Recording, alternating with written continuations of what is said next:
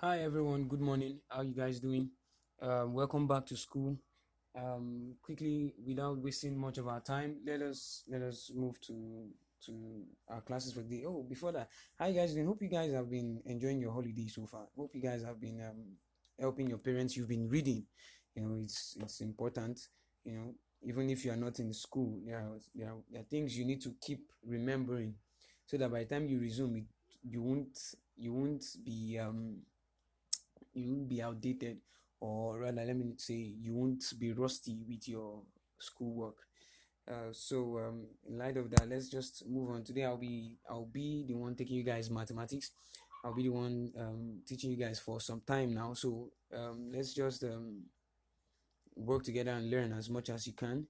It's important during this lockdown. You guys should just spend time to study and then learn more. That's fine. Good. Before we begin, let's give a shout out to the proprietor and proprietress for their for the support they have given to the teachers, for how they have helped us to set up this platform so that we can teach you guys and have you guys learn. It's important. It's good that we have this method that we can just teach you guys, so that you guys can keep learning from us, so that you don't stay away from your academics for too long. You get. And I realize that SS3 is preparing for examination. GS3 is also preparing for examination. So it's important for you guys to be focused and make sure you learn as much as you can. Right. So today in our mathematics, for you guys, I'm going to be taking you guys SS3. For SS3, I'm going to be taking you guys in your past questions. From your past questions will be solving questions from your past questions. Over the time that we have, we'll be working together around that. So it will be nice for you guys to learn as much as you can, then ask questions. It is important, because it's important that we ask questions, because these questions are the things that will allow us to know that you guys are actually learning. In all your subjects, ask your teachers questions on the WhatsApp platform, on the WhatsApp group. Ask questions. When we give you classwork or assignments, you ask. If when you finish solving, we mark, and then we score you. You see now. So it is important that you guys do that, so that we are able to help you guys track your academic experience. You see, so that you guys don't just limit yourselves. Good. So basically, I want you guys to take a look at something. Look at this link right now. This link is yeah, it's a link on that leads you to Google Play Store. When you type this link in your browser,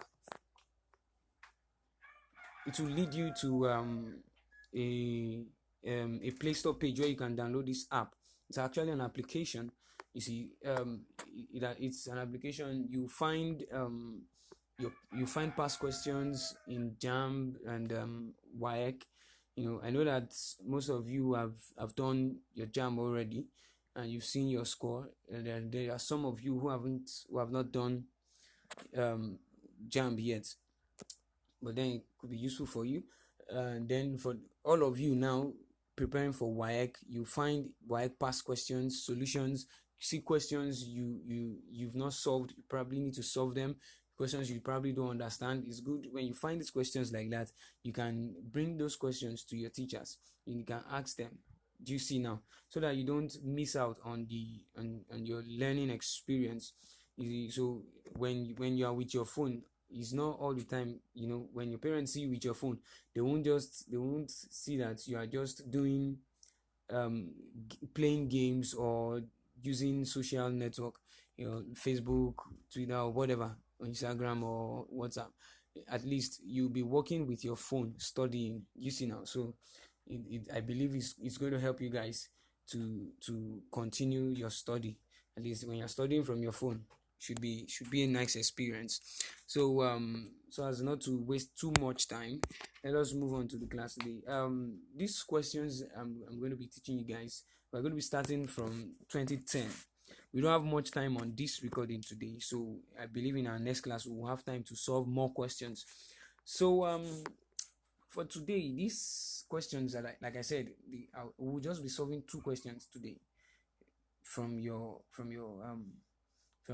2010 past question, and one of them is under set one. The second one is in your trigonometry and bearing and all of that. You see, so basically, we'll start from 2010 till we get to the recent year. What's the recent year? 2019. Good. So the reason why we are starting from 2010 is because some of the there's this what's it called now? There's this discovery, whatever I might call it, that there's this thing I've noticed that there is a 5-year interval or 7-year interval of repetition of questions. You see, on in the YX scheme.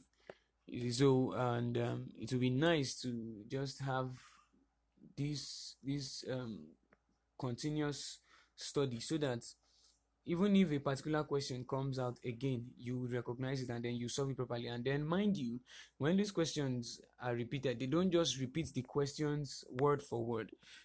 For example, now if 2 plus 2 equals 4 in 2019, it might be x plus 2 equals 4 in 2016. Do you see now? And then in 2011, it might be 2 plus 2 equals x. Find x. Do you see now? So these questions can come out in various ways. And in maybe another year, it might be x plus y equals 4. Find x and y. You see? So these are ways that questions can be repeated.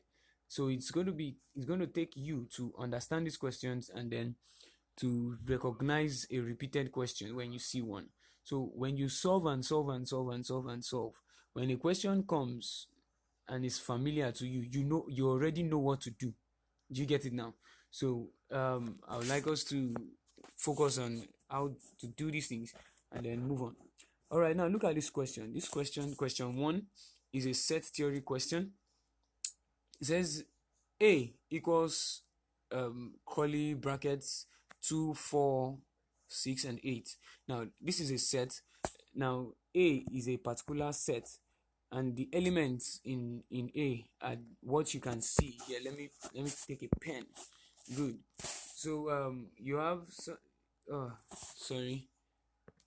you have something like this. These are the elements of the set A. Do you see that now? So the elements of set A are 2, 4, 6, 8. You see, and the curly brackets. So for B, we have these numbers as part of the set in C, and then in set B, and then in our set C, you can see we have a particular series of numbers defined by X. And this series of numbers defined by X are defined as numbers greater than 3 but less than 9. Do you see that now? Numbers greater than 3 but less than 9. Do you see that now? So numbers that are greater than 3, less than 9, you have 4, you have 5, you have 6, you have 7, you still have 8 also. Do you see that now? Good. So and then that means these would be the numbers in the elements in set C. Good. Those are commas that I just wrote. Now the question then they are subsets of the universal set U. Now this A, B, and C are subsets of this universal set that we are looking at here. That universal set is from 2 down to 9. So everything in A, you find them in the universal set. Everything in B, you find it in the universal set. Everything in C, you find it in the universal set. Good. Now, the question says, find A intersecting into bracket B complement and C complement. Do you see that now? So that's what we're doing. But according to BODMAS, you know what we need to do first, right?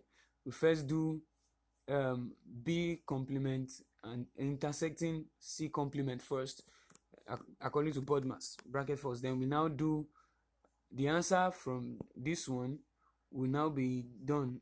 We will now do the intersection of A to this one.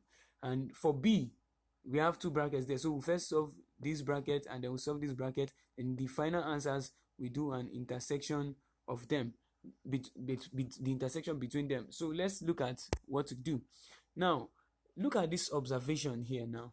It says candidates were expected when solving this question now in the exam, that on the day they did the exam, they were expected to list the elements of C, which actually we did in this place when we did 4 numbers greater than 3 but less than 9. We have 4, 5, we have 6, we have 7, we have 8, right? Good. And that's what we have here. You see now, elements of C, that is, we have 4, 5, you can see 6, 7, and 8. Yeah, you see that now? Good. So it now says, after doing that, then obtain the the complements of set B and C. What does it mean? You see that B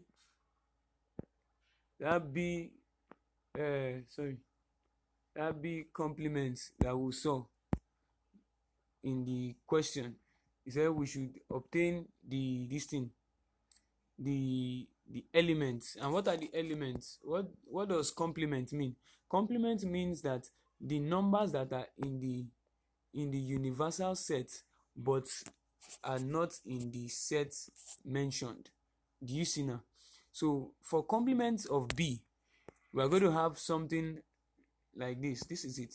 These are the numbers 4, 5, 6, and 8.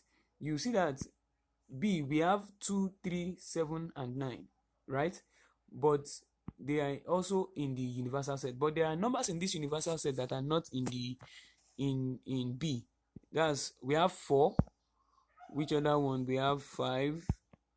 We have 6. We have 8 and 9. Do you see that now? Oh, 9 is not there. 9 is not there. We have 8. 9 is in B rather. So we have 8. 8 is not in B. So these ones that we underlined now are going to be the numbers in the B complement, in the complement of B, which is 4, 5, 6, and 8. And that's what we have here.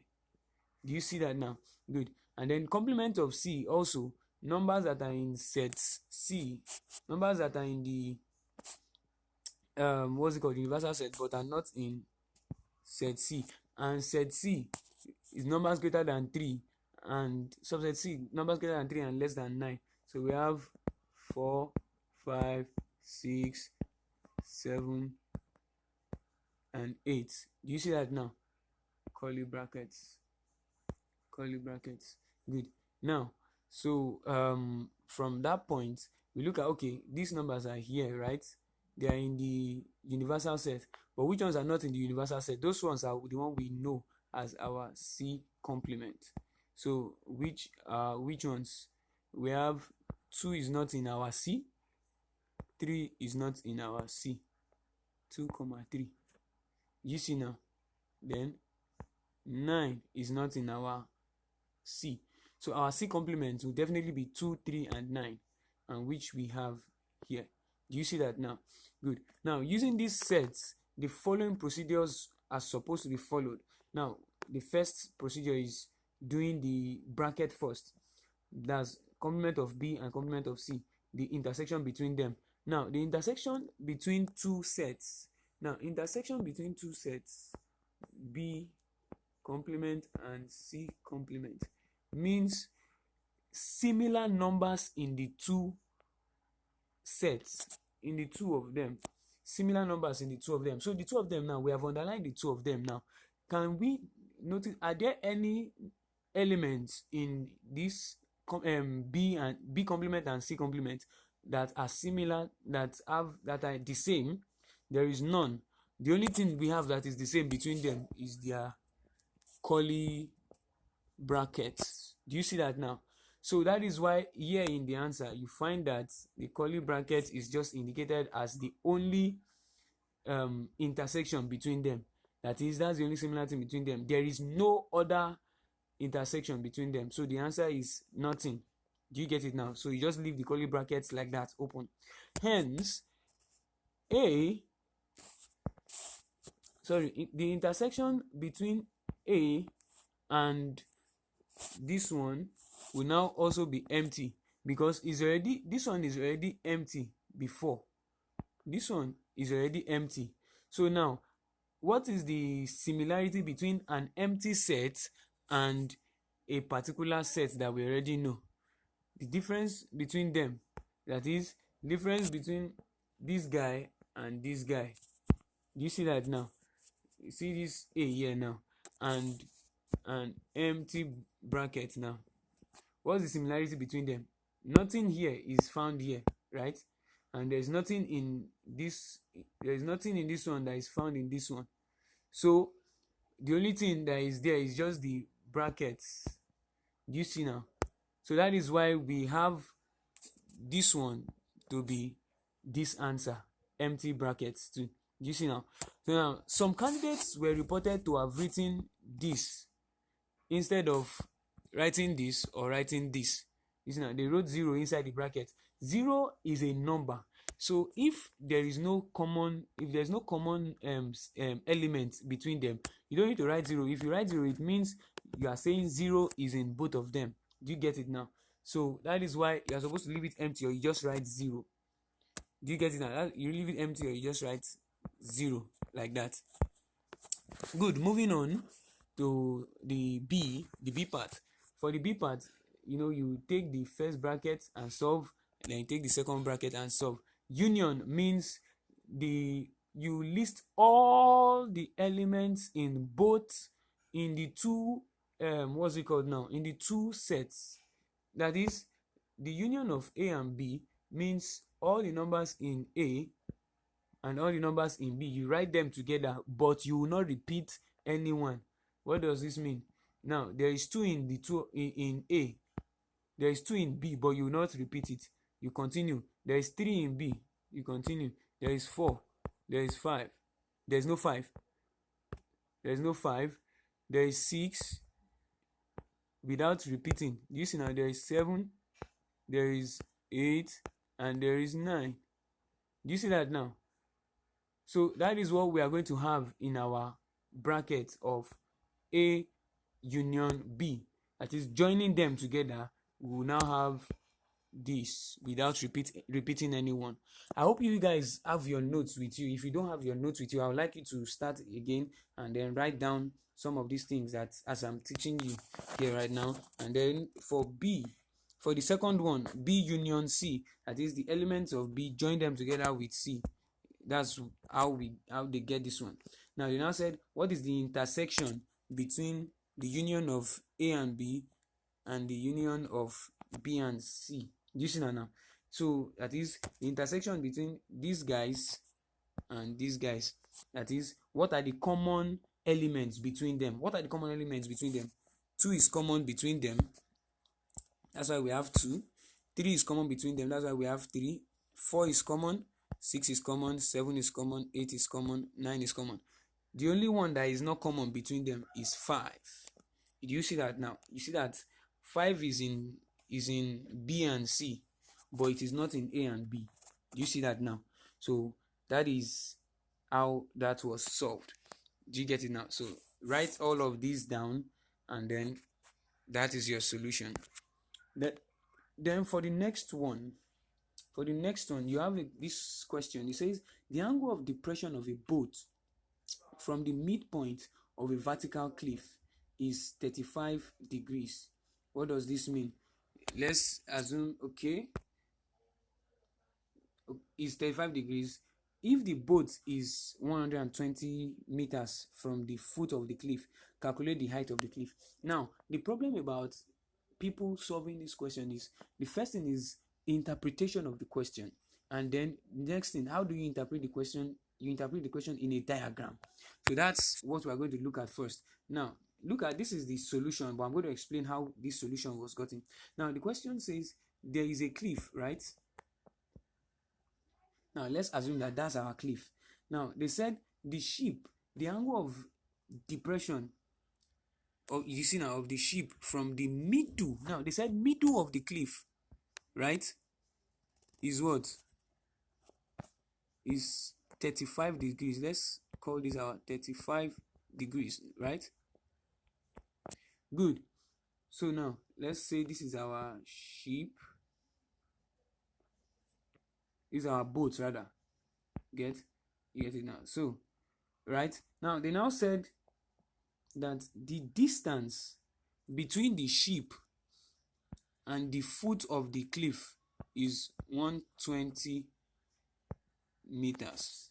Now, they said find the length of the cliff. Let's call this our x. Now, the length of the cliff will now be from this point, from the foot of the cliff, the height of the cliff rather, to the top of the cliff.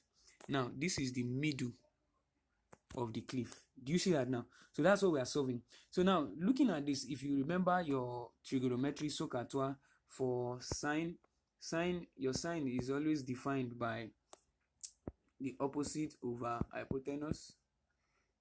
Your cosine is always defined by what? Your what's it called? Adjacent over hypotenuse, right? While our tangent is always defined by what?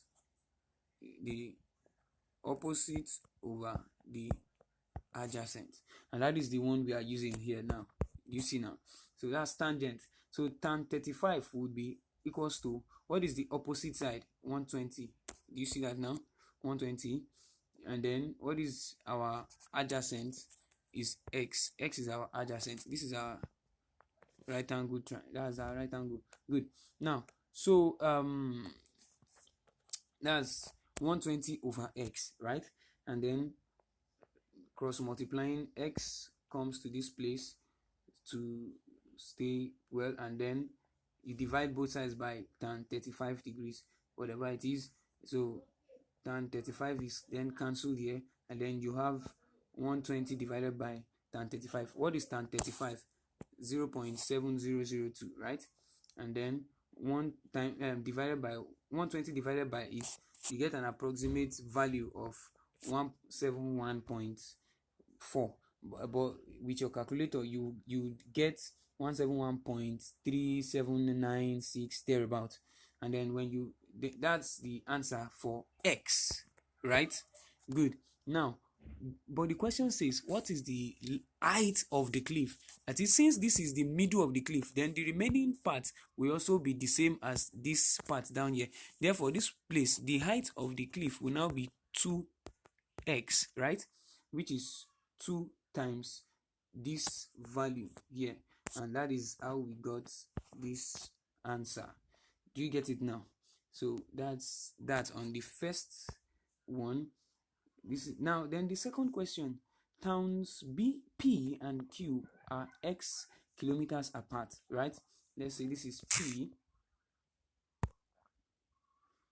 and this is Q, right?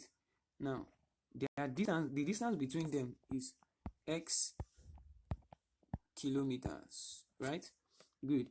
Now, the two motorists set out at the same point. That is, the two of them, 1 and 2, set out from P to Q. One went this way, Q went the same way. You see now? Now, where is it now? From P to Q at steady speed of 60 kilometers per hour. Sorry.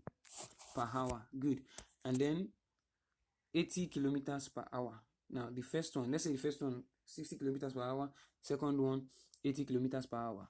Now the faster motorist now got to Q. So let's say this is 60, this is 80 now. So this guy got to Q at a very faster time, and that time was 30 minutes earlier than the second guy. So now let's see, say find the value of x. Now look at this solution here. This is look at this now. The speed of the first car is 60 kilometers per hour, right? And the speed of the second car is 80 kilometers per hour, and the distance between P and Q is x kilometers, right? Those are our parameters. It's important to first list them down. Now if the time spent, let's assume now that the time spent by the faster car is t, right? And then the time spent by the slower car is 30 minutes plus the original time that this guy spent. Do you get it now? Do you see now? Spend 30 minutes, you know, after the faster guy finished his own journey, this guy was still on 30 minutes more. Do you see now? So that is why we have that 30 minutes plus t. You see that now? And then now there was a mistake that a lot of people, there's a mistake that people usually make. Now the question is given to you in hours. Do you see now? In hours. Therefore, you need to convert whatever you see minutes, you need to convert to hour. And that is why we have 30 minutes is also represented as what? 0.5 hours, right? And that's plus t. Good. So this our t is also in hours. Good. Now look at this now. We all know that speed is v equals distance over time, right? Now based on the question, we are looking for our distance, and our distance is what? The speed times time, according to the general formula. Now taking the faster car for an example, now the speed of the faster car, our distance x, which we have here, equals to v, and what is the speed of the faster car? Is 80, right? 80 kilometers per hour times the time. Do you see that now? Good. So what is this? 80 times 5 times 0.5 rather is 40, right? And then 80 times t is 80t. There is a plus between them. Now substitute this equation in the slower car, in an equation for the slower car. That is, you do another equation of speed for the slower car. Good. Which is so 60 equals to what? That's 60, that's the speed, equals to the distance which we just calculated, finish, is 40 plus 80 t, right? Good. Now and then divided by the time for the slower car. Do you know this is the time for the slower car here? This is the time for the slower car here. Now, and that's why we wrote it down here. Good. And then you cross multiply, 60 times, you do a cross multiplication, 60 times this guy here. You see that now? This guy times 60. Good. So that's how 60 times 0.5, you have 30. 60 times t, you have t. Good. So then you collect like terms, and 80t comes to the other side, 30t comes to this side, and you have minus 20t. You have minus 20t equals 10. Then divide both sides by 20, by minus 20, then you have minus 1 over 2. But remember, since t, this big T, normal T, when you have all these small t's, you always divide by what? 1 over the small t to have your actual answer. So our t equals to 2. The big T equals to 2. That means the general time, the total time it took the slower car to complete the whole journey was what? 2 hours. Oh, I forgot to type 2 hours here. Good. Now it's important that all your variables are clearly stated. Do you get it now? So The slower car spent 2 hours to complete its journey. You see now? So since the slower car spent 2 hours to complete its journey, and the faster car was 30 minutes faster, that means if you remove 30 minutes from 2 hours, you have 1 hour 30 minutes, or one and a half hours. Sorry, 1.5 hours. Do you see that now?